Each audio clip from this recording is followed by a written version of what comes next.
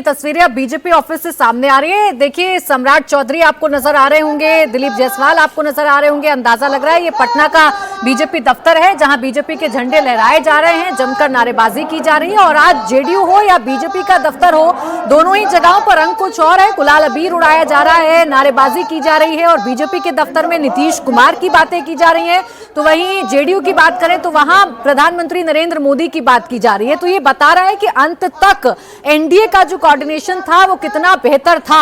ऐसा नहीं है कि सीटों को लेकर कोई बातचीत नहीं थी, ऐसा नहीं है कि सीटों को लेकर कोई कलेश नहीं हुआ था, लेकिन उसे वक्त रहते मैनेज कर लिया गया था। और ऐसा मैनेजमेंट हुआ कि आखिरी वक्त अब सब एनडीए के नेताओं ने मिलकर एक दूसरे के लिए प्रचार किया है। नित्यानंद राय आपको नजर आ रहे होंगे, नित्यानंद राय जिन पर जिम्मेदारी थी तेजस्वी यादव को उनके गढ़ में कैसे घेरा जाए, कैसे मुश्किल में उनको डाला जाए। और देखिए, उनका जो चुनाव है बहुत आसान चुनाव इस बार नहीं रहा। वहां आप देखिए, वहां कैसे तेजस्वी यादव कभी पीछे कभी आगे हो रहे हैं। सतीश यादव की तरफ से उनको कड़ी टक्कर मिल रही है।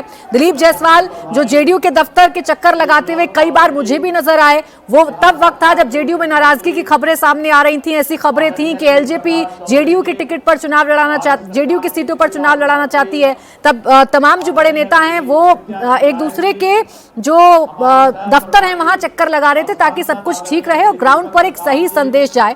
और उसी संदेश का नतीजा है कि देखिए, अभी ढोल नगाड़े बजाने का टाइम आ गया है। 203 जो मैंडेट है वो हमें फिलहाल नजर आ रहा है। लेकिन जिस फैक्टर की हम बात कर रहे हैं, क्या सिर्फ एक जंगल राज ही रजत नजर आ रहा है हमें कि जंगल राज ही एक मुद्दा है जो बिहार में चला, इसके अलावा कुछ नहीं चला? नहीं, ये तो फेवरेट पिच है। बीजेपी और जेडीयू तो चाहते ही थे इसी चुनाव पे इसी पिच पे बैटिंग हो। आपके ऊपर था कि आप कैसे पिच को आप चेंज कर सकते थे, वो आपने कुछ किया नहीं।